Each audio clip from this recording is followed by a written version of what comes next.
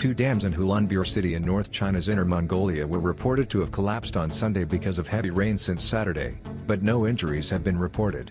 On July 18, the dams on the open spillway of Yong'an Reservoir and Shenefei Reservoir in the Daur Autonomous Banner of Morandawa were breached and collapsed as the water level of the Nwoman River continued to rise because of heavy rain, according to People's Daily.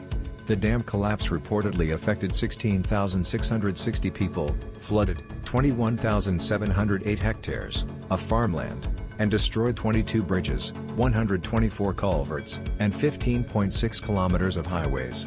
At 8 p.m. on Sunday, the National Flood Control Administration issued a third-level emergency response and sent a working group to the scene to guide and assist local emergency management.